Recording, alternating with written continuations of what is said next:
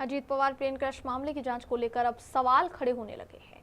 NCP नेता अमोल मिटकरी ने कहा कि अजीत दादा की विमान दुर्घटना को 1 महीना पूरा हो चुका है, मगर अब तक जांच में कोई ठोस प्रगति नजर नहीं आ रही है। उन्होंने कहा, दुर्घटना के बाद पूरे देश में शोक और निराशा का माहौल था। आज भी महाराष्ट्र सदमे में है। मिटकरी ने सवाल उठाए कि 1 महीने बाद भी कई अहम सवालों के जवाब अब तक नहीं मिल पाए हैं। महाराष्ट्र के दिवंगत उप मुख्यमंत्री अजीत दादा पवार साहब, इनके फ्लाइट क्रैश को आज पूरा 1 महीना हो रहा है। आज 28 फरवरी है।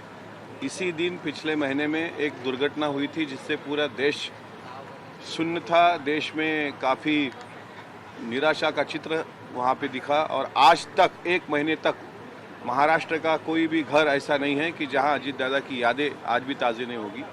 लेकिन 1 महीने में बहुत सारे सवाल अभी भी बाकी रहते हैं।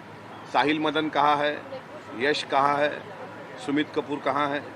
डीजीसीए ने जिस तरीके से वीएसआर वेंचर को एक परवानगी दी थी या उनको एक अथॉरिटी दी थी दादा को टेक ऑफ करके बारामती ले जाने तक, तो बारामती जैसी सेफ लैंडिंग जहाँ हो सकती है, जहाँ कई बार अजीत दादा हो, पवार साहब हो, आना जाना उनका रहता था, वहाँ पे इस तरीके से फ्लाइट क्रैश होना और बहुत सारी संदिग्धता सीसीटीवी फुटेज से लेके दादा के वीएसआर वेंचर में बैठने तक की अभी भी कायम है। 1 महीने में क्या हाथ में आया, तो 1 महीने में ब्लैक बॉक्स मिला और ब्लैक बॉक्स भी पहले जला हुआ मिला, फिर उसका डेटा रिकवरी के लिए बाहर देश भेजा गया। 1 महीने में क्या हासिल हुआ, तो 1 महीने में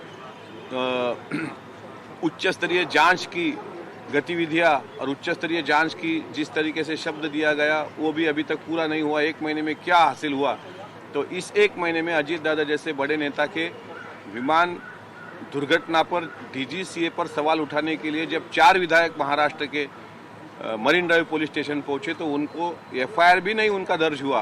ये 1 महीने में अजीत दादा जैसे बड़े नेता के जाने के बाद का महाराष्ट्र का दुर्भाग्य है। आज 1 महीना पूरा हो रहा है, लेकिन दुर्भाग्यवश ये कहना पड़ता है कि अजीत दादा जैसे नेता के न्याय के लिए अगर एफआईआर भी दर्ज नहीं होती हो तो मुझे लगता है महाराष्ट्र के दृष्टिकोण से, महाराष्ट्र की से उचित नहीं। हम दादा को अभी भी मिस कर रहे हैं और दादा जैसा नेता महाराष्ट्र से इस तरीके से चले जाना, अभी तक वो सदमा महाराष्ट्र में घर घर में कायम है। तो आपको ऐसा लग रहा है कि इसमें कहीं ना कहीं जो जांच एजेंसी है या फिर महाराष्ट्र सरकार कहीं ना कहीं असक्षम है इस पूरे मामले को जांच करने को लेकर? मैंने असक्षम तो नहीं कहा, लेकिन कार्य करने का जो फास्ट ट्रैक चाहिए उस तरीके से फास्ट ट्रैक अभी तक इस पूरे इन्वेस्टिगेशन में जो दिखता नहीं है वो काफ़ी शर्मनाक है। हम चाहते हैं कि सीआईडी इंक्वायरी, यानी कि कम से कम सीसीटीवी फुटेज तो दादा का मिले वीएसआर में बैठने तक का, कलीना गेट नंबर 8 से वीएसआर तक। तो जांच चल रही है तो बिल्कुल चल रही है, लेकिन जांच करने का तरीका जिस तरीके से डिले हो रहा है उसके बारे में संदिग्धता है।